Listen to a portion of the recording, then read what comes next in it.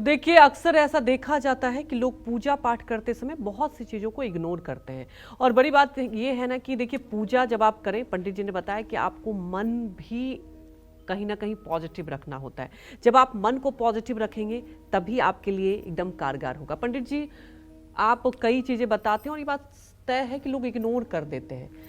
तो क्या कपड़ों का इतना महत्व हो जाता है? और हमारे अगर सनातन में देखा जाए तो कहा जाता है कि पुरुषों को धोती पहनकर, महिलाओं को साड़ी पहनकर पूजा करना चाहिए। तो क्या वाकई इससे इफेक्ट होता है और क्या रिलेशन है इसका, ये बताएं। शास्त्रों में धोती और साड़ी शब्द का वर्णन नहीं है। शास्त्रों में इस चीज का वर्णन है कि बिना सिला हुआ कपड़ा पहनना चाहिए जी। ठीक है। तो अब धोती तो बिना सिली हुई होती है। हाँ हाँ। ठीक है। हाँ। लेकिन समस्या तो आज के दिनांक में ये है कि अगर धोती किसी ने नहीं पहना है, उसके सामने धोती रख दी जाए कि लो धोती पहनो, तो उसको रोना आ जाएगा, लेकिन धोती पहनना नहीं आएगा जी। हाँ, पैंट है तो पैंट तो अगर बंदर को भी दे दिया जाए तो वो भी या दोनों हाथ डाल देगा या दोनों पैर डाल देगा, उसके भी समझ में आ जाएगा। लेकिन धोती बांधना जो है बहुत आसान बात नहीं है। जी जी। जहाँ तक साड़ी की बात है तो महिलाएं साड़ी पहने या सूट पहने, हाँ। जो भी कपड़ा पहने उसका मतलब कि जो है परिवेश ठीक हो। अच्छा। और ज़्यादा मतलब कि काले नीले भूरे रंग का ना हो, और जो उनके व्यक्तित्व के अनुसार हो। अच्छा।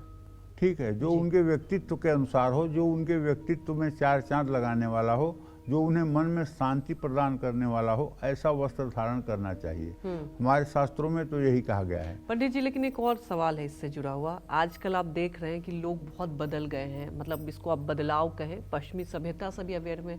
मंदिरों में कई बार एक बहस छिड़ी हुई रहती है कि नहीं एंट्री मिलना चाहिए। आपने देखा है कुछ ऐसे मंदिर हैं हमारे देश में जहाँ एंट्री भी अलाउ नहीं है, उस पर भी बहुत विवाद हुआ। लोगों का ये कहना है आजकल जनरेशन का कि कपड़ों से क्या होता है, मन से भगवान से रिलेट करना चाहिए। ये आप देखते एक बहस छिड़ी हुई है देश में। देखो बेटा, क्या है बहस, बहस के विषय में तो मैं नहीं जाना चाहता। मेरा काम है ज्योतिष का काम करना। संसार के बहस के विषय में मैं नहीं पढ़ना चाहता हूँ, उस विषय पर ना मेरा कोई कमेंट है। लेकिन इतना जरूर कहना चाहता हूँ कि गोस्वामी तुलसीदास जी ने रामचरितमानस के उत्तरकांड में लिखा है कि कलयुग में क्या होगा।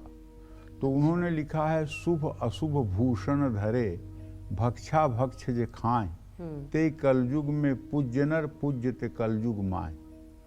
कलयुग में जो लोग शुभ अशुभ आवरण धारण करके और भक्षा भक्ष खाते हैं, वही कलयुग में सिद्ध नर माने जाते हैं और वही कलयुग में पूज्य माने जाते हैं। बिल्कुल। शुभ अशुभ भूषण धरे, भक्षा भक्ष जे खाएं, ते कलयुग मह पूज्य नर पूज्य ते कलयुग माए। तो आदमी अपने अपने सुविधा के अनुसार चीज़ों की परिभाषा बना लेता है। जी। आदमी अपने अपने सुविधा के अनुसार अपने मन को समझाने के लिए या अपने बुद्धि को समझाने के लिए नए नए तर्क गढ़ लेता है। तो कहने का मतलब, पुरुषों की धोती और महिलाओं की साड़ी दोनों ही बिना सिले कपड़े हैं। जब कपड़ों को सिल दिया जाता है तो कहीं न कहीं ऊर्जा के प्रवाह में रुकावट आती है। आजकल लोग जीन्स और पैंट पहन करके ही पूजा करने के लिए बैठ जाते हैं। इससे हमारे शरीर के रक्त प्रवाह पर बुरा असर पड़ता है। धोती बारीक सूती कपड़े से बनी होती है, जो कि सुविधाजनक होने के साथ ही हवादार भी होती है। ज्योतिष की दृष्टि से देखो तो जिस कपड़े पर भी सुई का इस्तेमाल होता है उसमें शनि राहु का प्रभाव बढ़ जाता है। ऐसे में धोती और साड़ी पहनकर पूजा करना शास्त्र सम्मत है। लेकिन ऐसा नहीं है कि पैंट शर्ट पहनकर कोई भगवान की भक्ति नहीं कर सकता है। ठीक है ना, भगवान भाव के भूखे हैं।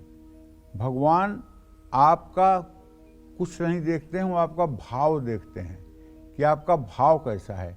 लेकिन भाव का निर्माण जो होता है वो आपके भेष से होता है। आपके वेश से भाव का निर्माण होता है। आपका वेश अगर है तो उसी तरह से आपकी मनोवृत्ति भी बनेगी और उसी तरह के ग्रहों का आपके ऊपर प्रभाव भी पड़ेगा, इसमें कोई संशय नहीं है।